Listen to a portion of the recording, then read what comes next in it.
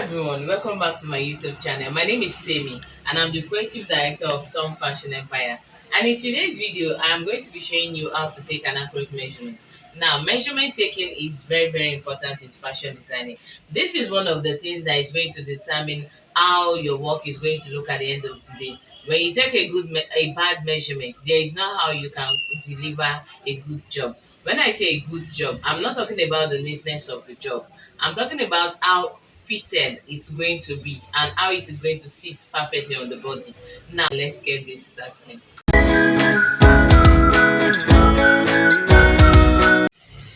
We are going to take this lady now as my model that I'm trying to measure and make it useful.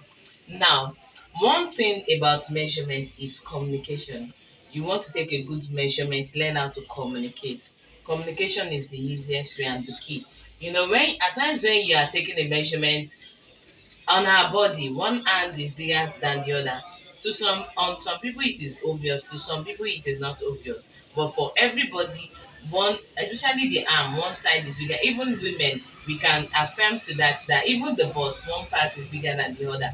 Now, when you communicate, you know what your clients will do. Start giving you tips freely, tips that you did not even pay for. Just because they notice that okay, you are trying to communicate, you are not just trying to ask them to stand like a piece of wood and you're just taking the measurement around their body and telling them to move like this, stand right, do this, do this, do this. That's you giving them instruction. You don't just give instruction, then communicate along. So it is going to make them feel comfortable and to communicate with you and give you tips on what their former tailor did wrong that is bringing them to your place. Now, the first thing you want to do is you want to measure the back. Now for the back, you want to take your tape rule round. The back is not straight. Just don't go ahead and do this or do this. No, you want to take it this way just to follow the body, and you want to measure it all the way. So this way, if this is human being, it's going to sit up here perfectly. Then you want to measure, make sure it is from shoulder bone to the other shoulder bone that you are going to measure. From one shoulder bone to the other shoulder bone. Don't press too much on your client's skin. Just slightly, you are going to know where their shoulder bone is. Once you are done with that, you want to go ahead and measure the armscye. That's the armpit circumference, which is this part, the ball point here. You go ahead and you measure it all the way. Please and please, when you do this, make sure that it is comfortable for them to move their hand round that socket. You can ask them to move it up and down if they feel comfortable. You yourself can try to move it round like this and make sure that it is convenient for them to move their hand. Okay, now once you get that, this is not having a hand. If not, I would have shown you.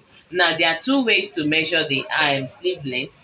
So to measure the sleeve, you can start from the shoulder bone or from the nape of the neck at the back like this. Then you measure it all the way to wherever you want the sleeve length to get to.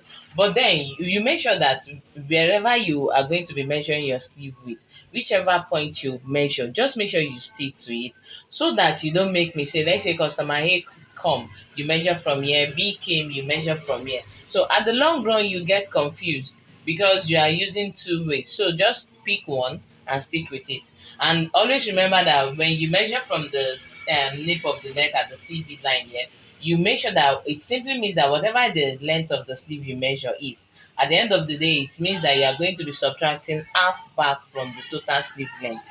Okay? So now, the next thing we are going to be measuring is the bust circumference. The bust circumference. To measure the bust circumference, you take the tape around your body this way, then you measure the fullest part. I'm going to do it again. You take it round, let it come this way. Then you measure the fullest part. Don't measure it and go ahead and measure it.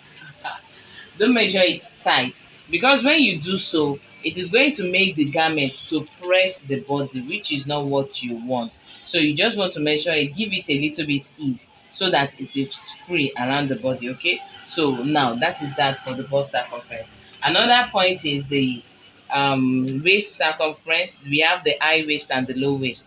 Now let me say this: there are three different parts of the body which a woman puts their skirt. Some put it on the waistline, just like the natural waist here.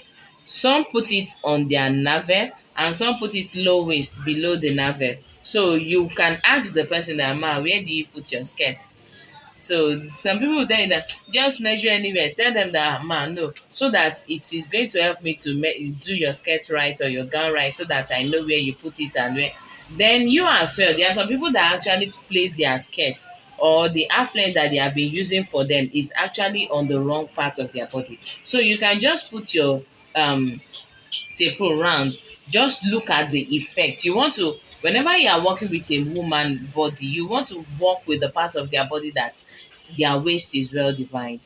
Let me put it that way. Okay, let me use myself as an example now. Now, this is my half length that I use. Let's say someone wants to make a dress for me now and decide to come low. No, it is not going to help my body because the person is coming too low. But this half length is going to help my body, give it the perfect and help my figure to come out. And the person must not also go up too much as well. It's not still going to help. So you need to understand and identify the perfect point on the body for the half length, most especially when you're taking that point. That is when you are working with dresses that has half length, let's say like a peplum top or a mermaid gown, because the mermaid gown is meant to accentuate the waistline, the hip line, and the waist knee line. So you need to always understand those things depending on the style you are working with. Okay. So another point is the hip. The hip, you want to measure it round and make sure that you place your tape rule up this way. Up this way. It will be wrong for me to actually go ahead and say I'm measuring hip here. No, I'm measuring under bum, not the hip point. So the hip is to come on the bum here. You look round for the fullest part around the thigh area, that is your hip point, and you go ahead and you take your measurement. Okay, so once you take the measurement, you can move it down, you can move it up, make sure that okay it is able to move round. So if I say I'm taking a hip measurement, let's say I'm measuring 39 here, okay, and the person is fighting it so hard, I can't even pull my tape rule down myself before making a dress. It simply means that I've taken a wrong measurement. So just go ahead, adjust it, make sure that whatsoever you take can be moved up and can be moved down easily.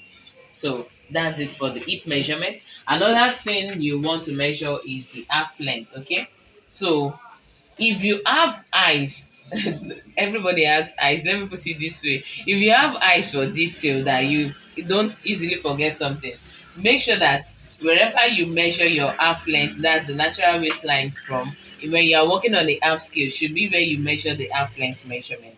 Okay, then if you know that I'm not yet good to that extent that I'll be able to still remember that point, get that small elastic, wrap it around your client's body and knot it, so that you, that place is still going to, you'll be able to know that okay, this was where you measure the natural waist circumference from. Then you just go ahead, place your tape rule on the shoulder all the way to the bust, then you measure to the waistline point. I hope you understand. Then you want to measure the top length. The top length, depending on what you're working with, but the natural top length must, at least the hip level is perfect. So the top length at times ranges from 23 to 25. So which is the normal, the average top length that works for almost everybody. So 23 to 25. If you want to go ahead and you want to measure, like now this is 25, you can see.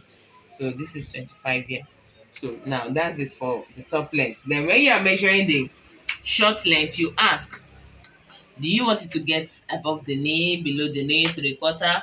And when you are working with full length, there are some people, though everybody knows that for me, I don't know how to sew 3/4 as long length. No, I love when it is long, let it be long. So when you are making something that is going to be full length, learn to ask that, okay, oh, when you are wearing this dress, are you going to be wearing a heels with it? Because when you are making something that is going to be floor length, and okay, let's say when the client came in, she was putting on a slip on, a slippers, so, and you go ahead using the slip on as a guideline, you just measure the full length from the shoulder all the way to the floor. The moment that person puts us in, let's say like 4 inches in, trust me, the gown or the dress is going to become jumpy. It's not going to reach the floor again. So you want to consider and ask them what type of shoe they wear. It may look difficult to ask, but trust me, when you learn to communicate from the beginning, from the moment of style selection, from the moment of color, fabric, by the time you get to the place of taking measurement, it's going to be like an easy ride, okay? So now once you get that, another thing we measure is the skirt length. Make sure that if the person uses the natural waist, which is the high waist as their skirt waist, you need to ask. If they put it below the but once you get the skirt length and you learn to communicate, another measurement you take is the nipple to nipple distance. Now, this is a mannequin. You can know that this is the nipple and this is its nipple. On woman, you can just tell them that, sorry, I'm so sorry. I need to measure your nipple to nipple distance and I need to get it accurate. Hope you are comfortable with it. See, you see all these small, small questions, eh? It makes you like look professional. Let me put it that way. You give that I'm professional. This is my work, and I know my skill. And it's just like when you walk up to a medical doctor. He wants to do a scan. Okay, take for example a pregnant woman now. That's what I've experienced very well. So you want to go for a scan, okay?